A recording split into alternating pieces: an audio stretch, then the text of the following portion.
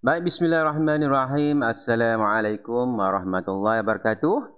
Kalau sebelum ni saya ada kongsikan berkaitan bagaimana kita nak count bila Google Form mempunyai checkbox soalannya. Dan ada pertanyaan daripada cikgu, jika kita nak data tersebut dynamic. Sekarang ni saya drag je ni. Contohnya step 1 ni saya double klik. Jadi bila data baru masuk, dia tak dynamic, kita kena double klik dan sebagainya. Sama dengan kalau data 2 saya dah tunjuk hari tu, array formula. Sekarang ni kita nak data kita auto. Masukkan data Google Form, dia akan auto dengan kiraan pada tempat ni ni.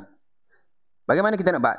Okey, di bahagian step 1 yang kita substitute, kita akan masukkan array formula lah. Okey, jadi yang bawah delete je. Data-data yang bawah ni yang kita double klik tu kita buang. Tak apa, yang sebelah tu dia akan betulkan balik. Kita akan betulkan di bahagian kepala je. Okey, substitute. Saya besarkan sedikit. Okey. Di bahagian kepala step 1 ni besar sangat dah.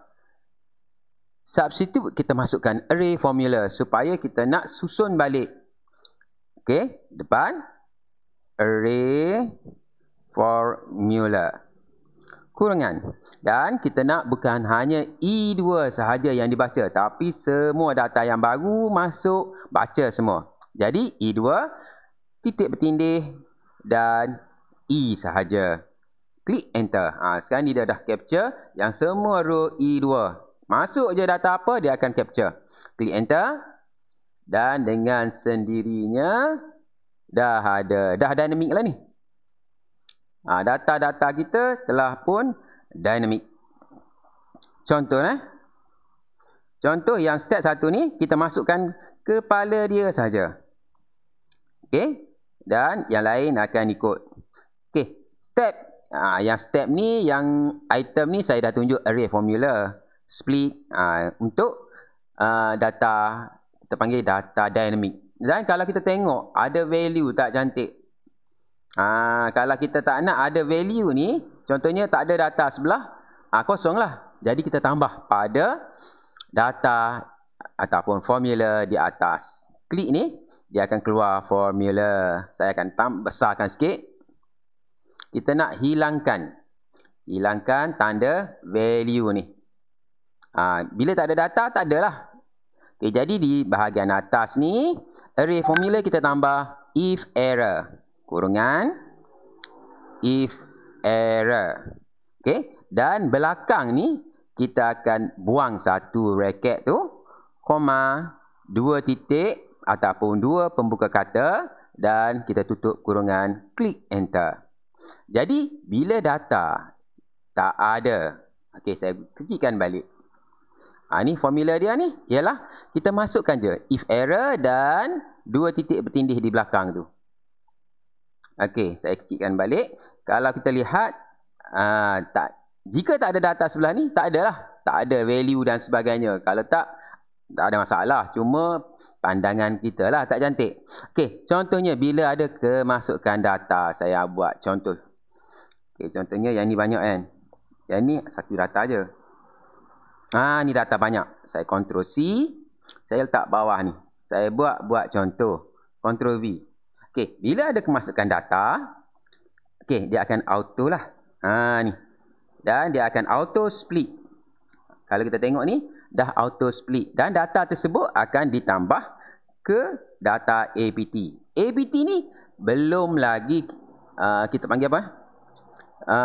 Yang ni dia menggunakan countif. Countif ni kalau kita contohnya kita nak buat yang macam array formula juga, boleh. Delete ni. Okey, kita delete.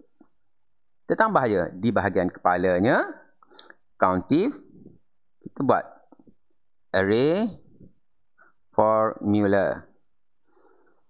Kurungan countif form C2 dan kita tambah C lah belakang ni. Tadi kita tambah depan kan. Sekarang ni kita tambah belakang. Ni. C2 titik bertindih C. Enter.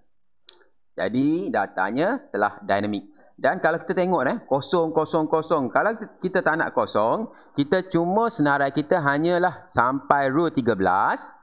Kita ubah sikit. Di bahagian yang pertama, formula kita ni C hingga row 13. Yang lain tak adalah datanya. Okey, tambah C 13 dan kita klik enter. Jadi data kita hanya dibaca hingga row 13 sahaja. Lebih mudahlah. Okey. Contohnya, saya buat kemasukan data untuk yang lain. Yang ni tak ada lagi lah. Ctrl C.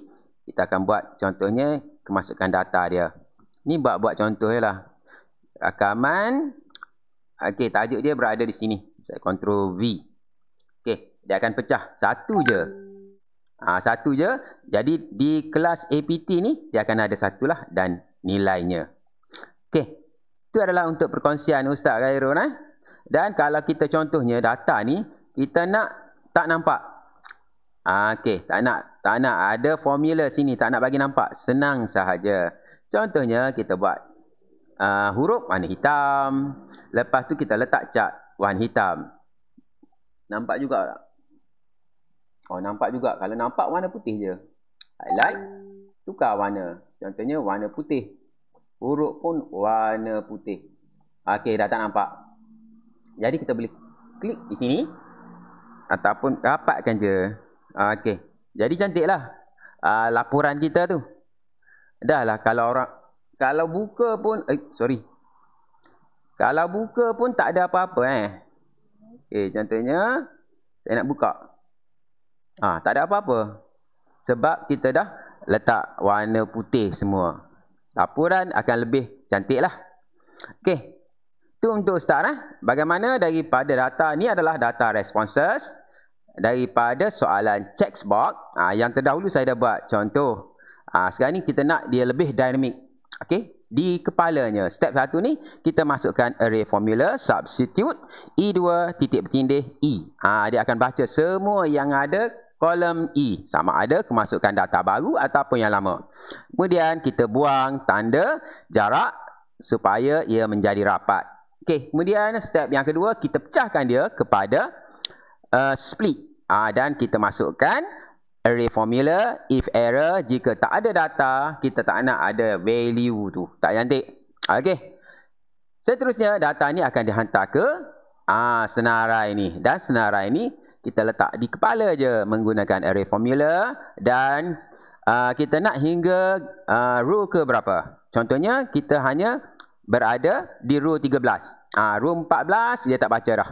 Sebab kita bagi hingga C13. C13 tu adalah row ni. Kalau kita nak sehingga 14, kita tukar je. Kalau kita nak contohnya tak ada penghujung, C sahaja dia akan baca. Okey. Semoga Ustaz dapat membina dashboard dengan data-data dinamik lah. Okey, sekian untuk perkongsian kali ini. Assalamualaikum warahmatullahi wabarakatuh.